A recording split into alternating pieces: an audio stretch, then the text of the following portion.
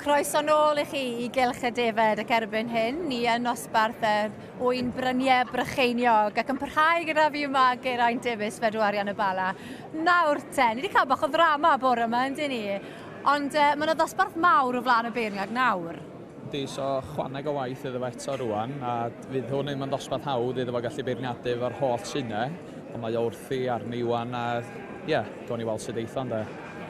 Ond chi'n gallu gweld y dorf wedi dod yma yn barod yn gynnar eleni, sy'n dangos pa mor bwysig yw'r ffair yma, yn dywe?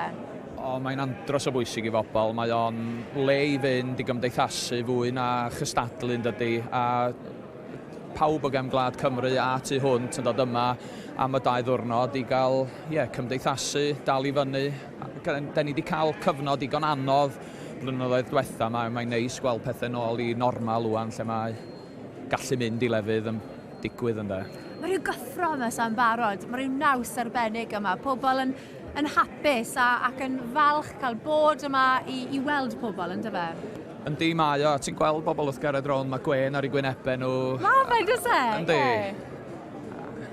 Nawr, mae da ni defed Bryniau Brycheiniog yn y cylch ar hyn o bryd. Mae nhw'n defed caled yn dyn nhw sy'n gorfod goroesi ar ein mynyddoedd ni, a oherwydd hynny, mae yna rhinweddau i'r bryd sydd yn adlewyrchu hynny. Oes, yndi, a maen nhw'n fryd dwi'n rili licio hein, a maen nhw'n ddefed, maen nhw a corff da yn nhw, chwarae teg, a maen nhw diw bridio I siwtio'r tirwedd, maen nhw diw magu ar ag ati. A mae'n fraint cael gweld hein yn y ring, mae criw anferth oedd yn nhw yma, ac mae'r job o'i dewis yn mynd I fod yn anodd yn dydi. O, di glif, yr un yn licio job y beiriad fan hyn heddi. Ond fel chi'n gallu gweld, I fy nôl i'r rhinweddau y bryd a y ffaith bod nhw yn ddefed mynyddig, mae'r cynffonau hir yma yn adlewyrchu hynna, yn dywe. Y clistiau bach yma, a mae'n annig o coesau cadarn mwyn bod nhw'n gallu byw ar y mynyddoedd yma. Byta a chysgod i'r gader, dyna beth yw'r gynffon wedyn, yn dyfe? Cael y gynffon I ddod lawr o dan y pwrs yma I roi y cysgod iddo fo. Pwrs wyt ti'n gweud, yn dyfe? Cader I fi, pwrs y ti, ie. Bod I ddim rhy uchel o fi ar y ddaear, bod i'n sgwar, eto, maen nhw'n dweud dafad fynydd ei chlust I ddim I sticio allan o dy law di ag ati. Pethau bach fel mae rhywun yn gofio wrth iddo ddysgu efo'r defed ag ati. Ond maen nhw rhywbeth reit special yn hein yn does. Maen nhw, dafad fynydd smart iawn di de.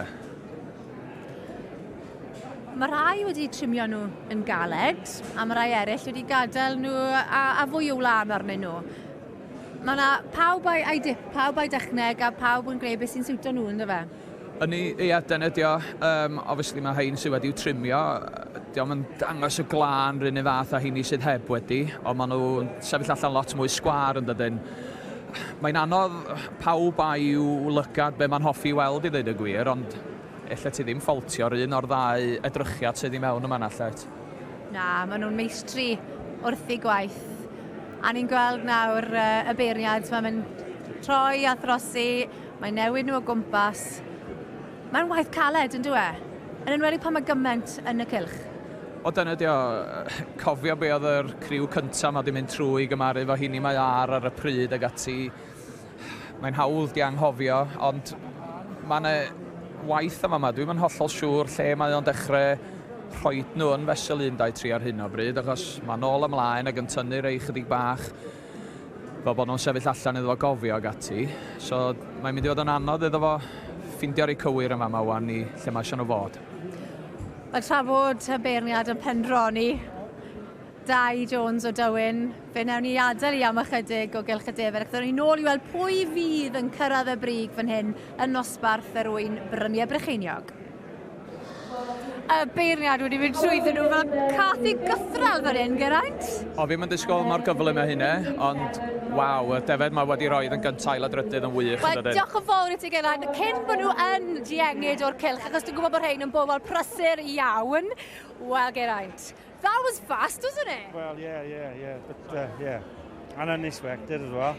Strong class, very good, strong class. Good and you were the heaviest lambs in the class as well, 97.5 kilos? Could have been, I wouldn't know. I haven't looked, to be honest. Yeah, there's a lot to keep a keep an eye on today. So You got 17 pairs, somebody said. 17 pairs, yeah. Why did you do it? I don't know.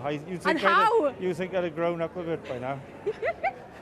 But, Well, you love it, don't you? It is, yeah. It is a bit of a bug, and I enjoy this as much as the summer shows, really. And you know, you meet people that you don't see from year to year, and it's a different atmosphere, I find, anyway. So, but there, it's on to the next class now and see if we can continue. 17 pairs, and is this the first one in the class? Second. Second. Yeah, we had a fourth in the Radnor class. So. Fourth and a first, not bad. Averaging out now. Keep it going. Averaging Keep it out, going. Thank you. Thank you. Llongyfarchiadau.